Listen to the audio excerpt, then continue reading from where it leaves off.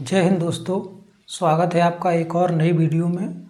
आज के वीडियो में हम लोग चर्चा करेंगे मानव शरीर से संबंधित कुछ महत्वपूर्ण प्रश्नों पर। और आज से ही एक नई सीरीज़ शुरू हो रही है। इस सीरीज़ के अंतर्गत आपको डेली कुछ महत्वपूर्ण प्रश्न कराए जाएंगे जो आपके एग्ज़ाम पर्पज़ से बहुत ज़्यादा महत्वपूर्ण होंगे, अर्थात आपके एग्ज़ाम के लिए महत्वपूर्ण होंगे। तो आइए आज का वीडियो शुरू करते हैं। और आज का जो वीडियो है वो है मानव शरीर से संबंधित कुछ प्रश्नों के ऊपर। तो आइए शुरू करते हैं। Some most important question related to human body, अर्थात मानव के शरीर से संबंधित कुछ महत्वपूर्ण प्रश्न। तो इसमें सबसे पहला प्रश्न जो है वो क्या है? Largest bone in the human body, अर्थात मानव के शरीर में सबसे बड़ी जो हड्डी है वो कौन सी होती है? Largest bone in the human body. तो सबसे बड़ी जो हड्डी होती है वो क्या होती है? फीमर।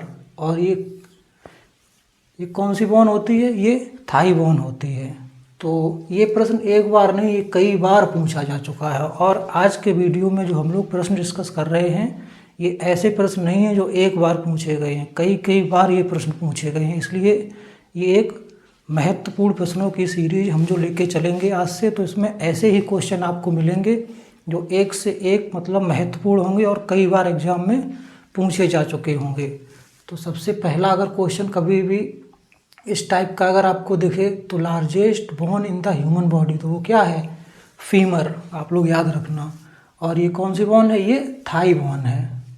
उसके बाद smallest bone in the human body.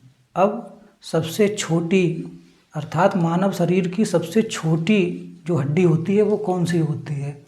वो होती है स्टेपिस, अर्थात इसे कई लोग स्टेपिस भी पढ़ते हैं और कई लोग स्टेप्स भी पढ़ देते हैं। और ये हड्डी पाई कहाँ जाती है? ये ईयर में पाई जाती है, अर्थात ये कान में पाई जाती है ये हड्डी। उसके बाद normal temperature of human body, जो ह्यूमन बॉडी होती है, मानव का जो शरीर होता है उसका नॉर्मल तापमान कितना होता है?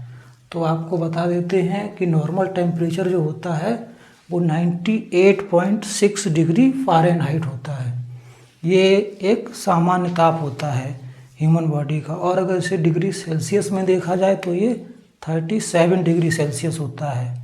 जैसे किसी को फीवर आ जाता है तो डॉक्टर क्या करते हैं? थर्मामीटर लगाते हैं। तो थर्मामीटर से चेक किया जाता है कि इसे फीवर है कि नहीं। तो थर्मामीटर कहाँ कहाँ लगाया जाता है? एक तो जीभ के नीचे लगा दिया जाता है और एक यहाँ लगा दिया जाता है। तो जब वो थर्मामीटर निकालते हैं तो उसमें एक टेम्परेचर लिख के आता है। तो अगर आपका टेम्परेचर 98.6 डिग्री फ़ारेनहाइट है, यानी कि आपको बुखार नहीं है, अर्थात आपका जो टेम्परेचर है वो कैसा है? नॉर्मल है। तो नॉर्मल टेम्परेचर होगा तो फीवर नहीं है, अगर इससे अधिक है तो आपको फीवर है। तो आज से हमेशा याद रखना, normal temperature of the human body कितना होता है? 98.6 डिग्री फ़ारेनहाइट। इससे आप भी पता कर सकते हैं, जब भी कहीं डॉक्टर के पास जाएं तो वो थर्मामीटर लगाए तो आप लोग भी वो थर्मामीटर देख सकते हैं, उसमें जो टेम्परेचर जो आया है वो कितना आया है। अगर 98.6 डिग्री फ़ारेनहाइट है तो समझ लीजिएगा आपको बुखार नहीं है। तो ये एक महत्वपूर्ण जानकारी हो सकती है आपके लिए।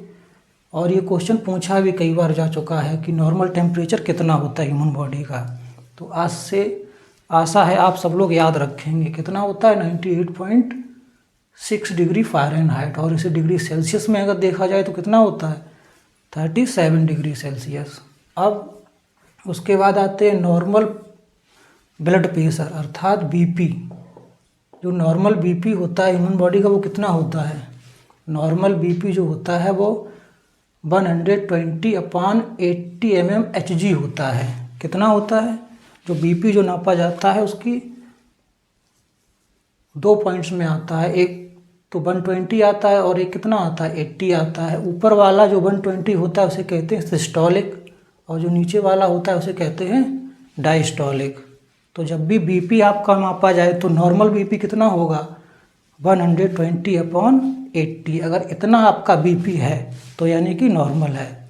और अगर इससे ऊपर जाता है, 120 से ऊपर चला गया, अर्थात जो सिस्टोलिक है वो 120 से ऊपर चला गया और जो डायस्टोलिक है वो 80 से ऊपर चला गया, तो आपका बीपी क्या हो जाएगा, हाई हो जाएगा, अर्थात हाई ब्लड प्रेशर हो जाएगा।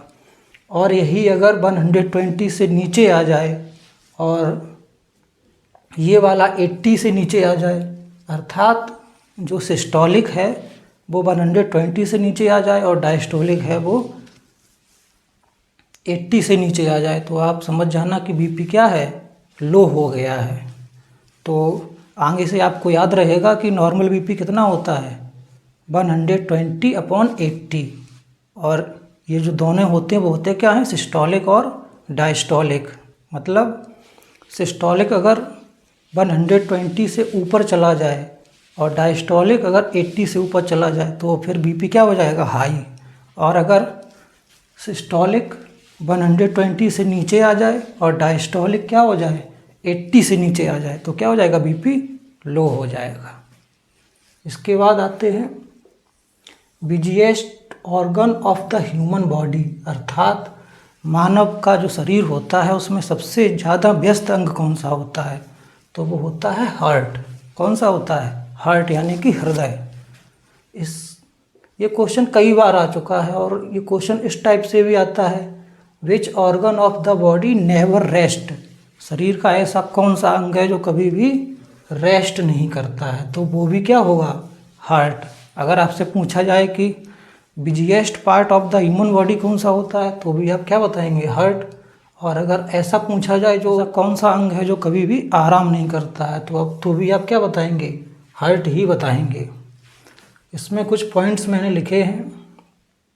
हार्ट की जांच ईसीजी अर्थात इलेक्ट्रोकार्डियोग्राफ द्वारा की जाती है। तो कोई अगर पूछे कि हार्ट की जो जांच होती है वो किसके द्वारा होती है, तो बताना ईसीजी के द्वारा होती है। इसकी फुल फॉर्म क्या होती है, इसकी फुल फॉर्म भी कई बार पूछी जा चुकी है, क्या होती है, इलेक्ट्रोकार्डियोग्राफ के द्वारा की जाती है। ईसीजी करने के लिए शरीर पर 12 अलग अलग लीड्स लगाई जाती हैं, इन्हें ईसीजी लीड्स कहते हैं। जो 12 अलग अलग लीड लगाई जाती हैं ईसीजी करने के लिए, इनको हम लोग क्या कहते हैं, ईसीजी लीड्स कहते हैं।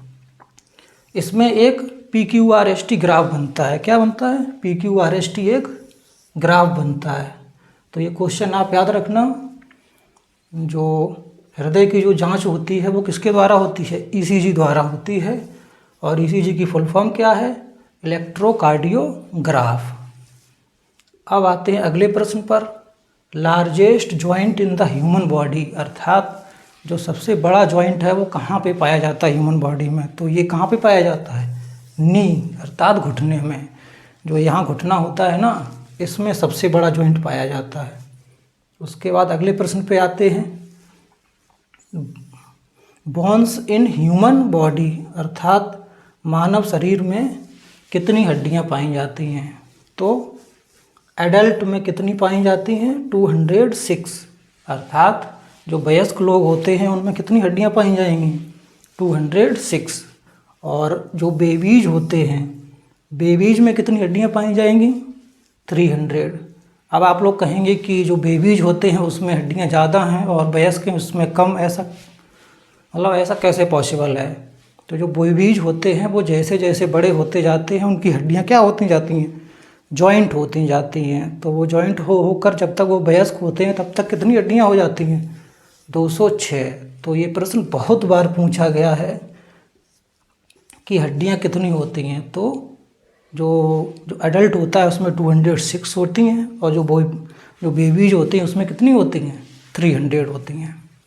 आइए अगले प्रश्न पर चलते हैं। लार्जेस्ट ग्लैंड अर्थात ग्रंथि, सबसे लार्जेस्ट ग्लैंड कौन सा होता है ह्यूमन बॉडी में, तो वो क्या होता है, लीवर।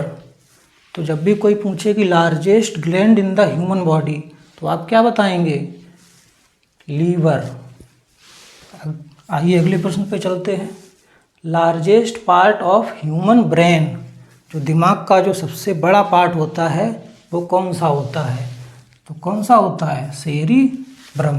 तो जब भी आपसे पूछा जाएगा तो आप क्या बताएंगे, largest part of human brain, cerebrum. अगले क्वेश्चन पे आते हैं, which organ of the human body is purified blood, blood को प्यूरिफाई कौन सा अंग करता है? तो वो कौन सा अंग होता है? किडनी होती है।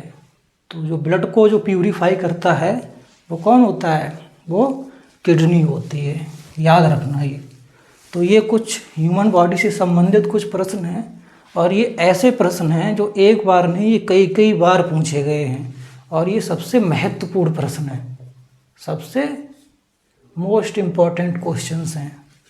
तो इन्हें आप कम से कम 2 से 3 बार 4 बार वीडियो चला के देखिए, ये सारे लर्न कर लीजिए, क्योंकि ये बहुत महत्वपूर्ण प्रश्न है और ये कई बार पूछे गए हैं। तो आप ये सारे क्वेश्चन लर्न कीजिए, ये बहुत ही महत्वपूर्ण प्रश्न है। आशा करता हूँ इस वीडियो से आपको बहुत कुछ सीखने को मिला होगा, और ऐसे ही वीडियो देखने के लिए इस चैनल से जुड़े रहें। धन्यवाद।